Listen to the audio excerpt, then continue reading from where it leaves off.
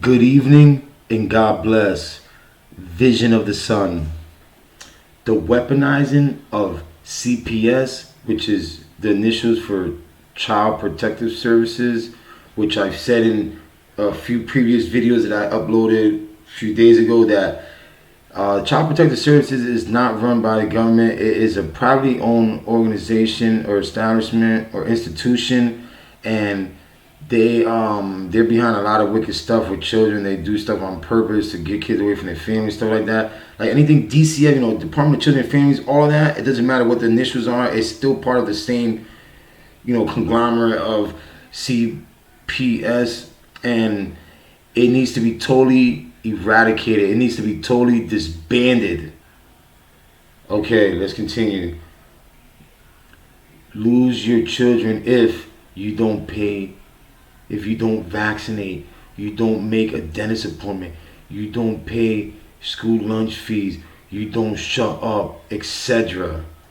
Oh wow, look at this. Please remove sick kids from home. Look at them with shields and everything, like they going to war. Unbelievable.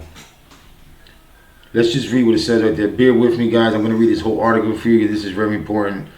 Make sure you guys share. Show Jesus Christ you care and share. In a military squad-like operation, Arizona police break down the door of a family at 1 a.m. because parents did not take one of their children who had a fever to the emergency room at a request of a doctor. The child was reported sleeping soundly and only had a fever of 100 degrees when the police and social workers arrived in the early morning hours. Wow, look at that, man. I mean, I understand, investigate what's going on, but I don't think that's necessary. We've all heard stories about the angry neighbor or ex-spouse making false child reports to Child Protective Services. This weaponizing of CPS drew national attention recently because a school board president acting more like a bully than a director of a school sent letters to parents threatening to call CPS if their child's lunch debt wasn't paid. That's unbelievable. However, this weaponizing of CPS has far greater consequences than simply intimidating parents to pay school lunch debt. It can lead to the death of children, the very children these taxpayers' social service agencies are supposed to be protected. Like I said, see, it's a social agency. It's a private company. The private company is privately owned. It's not owned. It's not run by the government. So they're doing all type of wicked, corrupt, vile acts of disgraceful stuff. I don't even have the word for it right now. This is what happened to one mother pregnant with twins who was threatened to lose her twins at birth to CPS if she did not consent to receiving the flu shot. Out of fear of losing her babies to Child Protective Services, she complied, and her previously healthy twins died shortly after, before they were even born. What? Lord have mercy. CPS today is not really focused on protecting children, but intimidating non-compliant parents. Physicians bullying parents. Baby Elijah was taken from his mom at birth for refusing to vaccinate.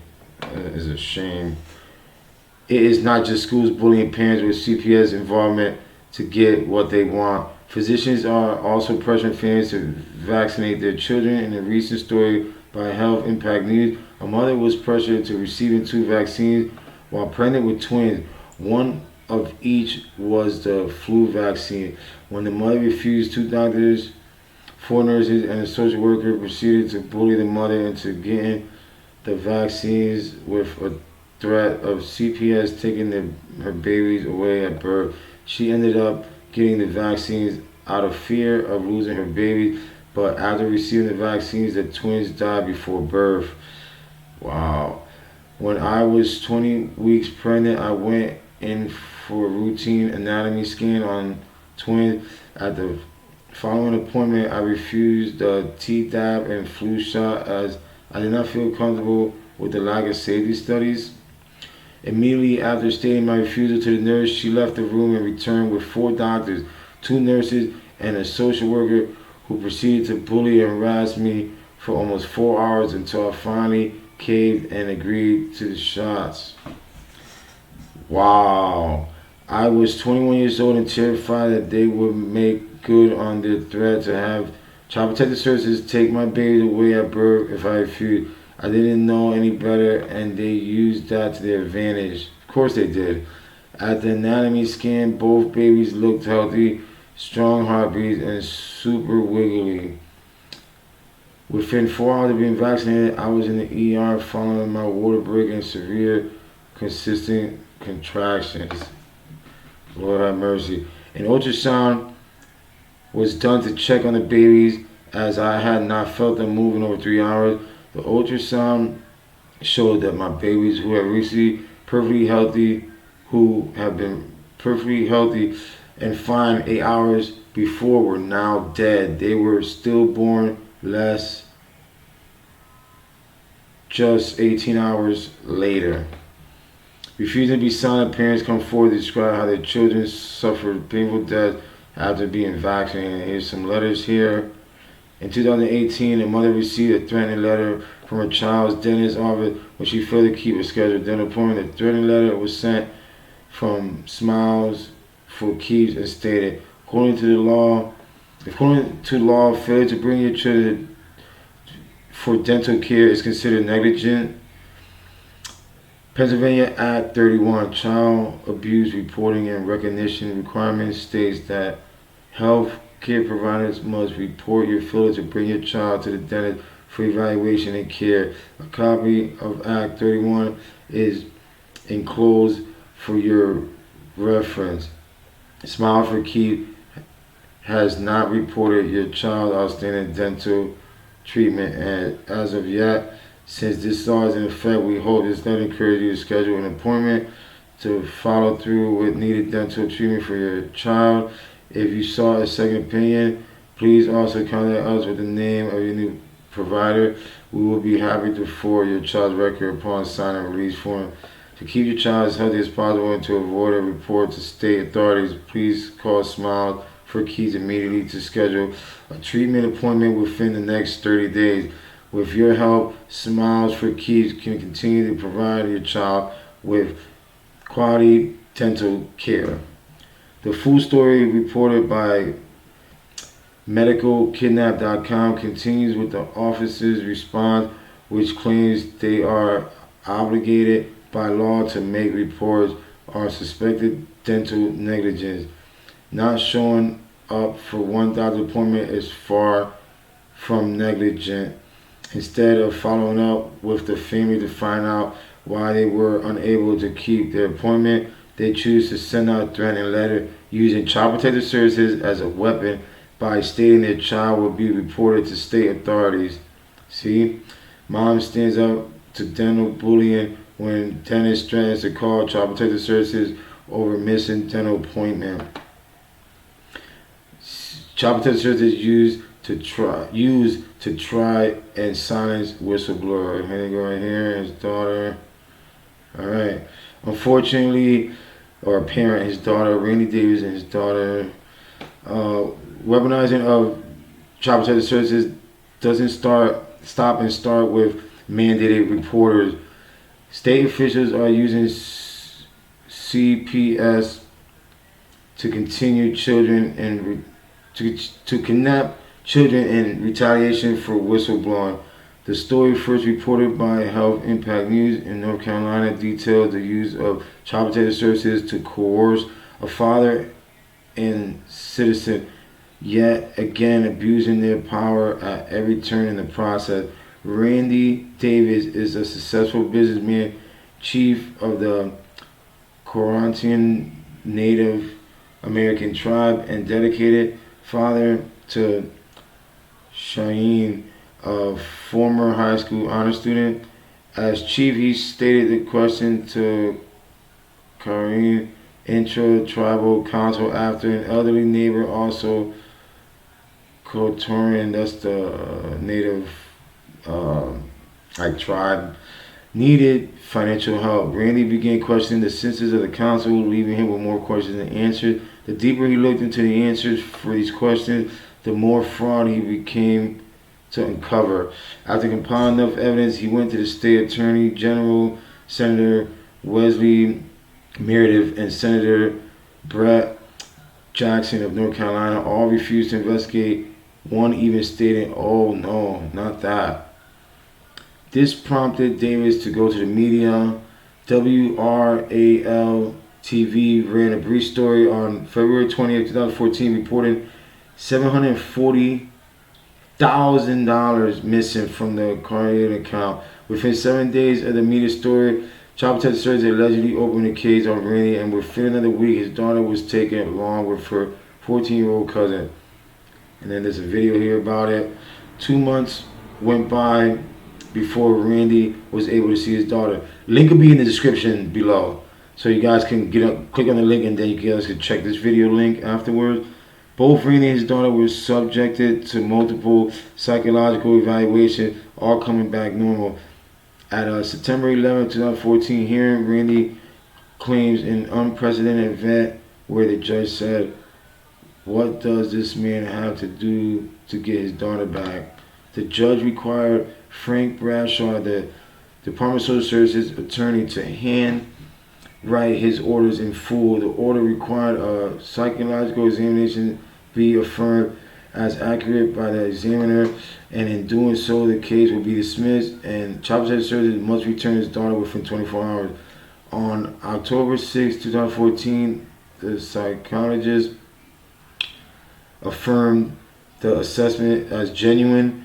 Child Protective Services kept Randy's daughter in custody for another 15 days, then directly violated the judge's orders. His daughter was finally returned on October 21st, 2014. The nightmare for the Davis family was far from over. Within days of his daughter being returned home, Randy received a call from Child Protective Services telling him his daughter's return was a trial placement. The judge said Randy will get full custody of his daughter, which makes even a phone call from Child Protective Services unacceptable. They even went further by demanding a home inspection, which Randy refused. Unlike most individual and families threatened by Child Protective Services, Randy was aware of his Fourth Amendment right, which prohibits unreasonable search and seizures. It also sets requirements for issuing warrants, which must be issued by a judge or magistrate, justified by probable cause, supported by oath or affirmation, and must particularly describe the place to be searched and persons or things to be seized. In most cases, Child Protective Services not only enters the homes of citizens unlawfully, it seizes the children of these citizens unlawfully. Davis learned by accident a trial was to be held on October 29th to determine if he had abused and neglected his daughter. Randy claimed he was never summoned or informed in any way he was to be at court for trial, a trial which less than a month later had been dismissed by a judge. At this trial, with no testimony approved, a judge decided Randy was guilty of negligence, but did permit his daughter to stay in his custody. With so much documentation to expose too many corrupt officials, only a week passed when again Randy received a phone call informing him he must appear at a Child Protective Services office within 3 hours or face arrest. When he does arrive, he is told there are new allegations made by one of the Child Protective Services workers. Randy, having enough with the corrupt system, replied, "If I've done something wrong, then file criminal charges." No charges were filed. You can read the entire story on medicalkidnap.com. And there is some more here. But I won't read no more. I'll let you guys just check the link in the description below. And yeah, this is serious. Like I said, Child Protective Services needs to be completely eradicated and disbanded or disbanded. I got a 3-year-old and a 9-year-old daughter. I would never wish this on my worst enemy. You know, I explain this in most of the videos that I post here. Most of them are about children. We need to do God's work and expose these corrupt government officials and these corrupt people in high places of authority that are doing this stuff to our children. We need to pray for children. I mean, not just pray. I mean, kneel to the Lord and pray for these children, that they all are rescued, the ones that are out there, sex trafficking and whatnot. But on that note, link will be in the description. Make sure you guys subscribe to the channel, like the video, and share. Let Jesus Christ know you care and share. My mission statement on my channel is in the About section on my channel, which is Ephesians 5:11. And have no fellowship with the unfruitful works of darkness, but rather reprove them, which means expose them. Have a nice night, and God bless. Vision of the Sun.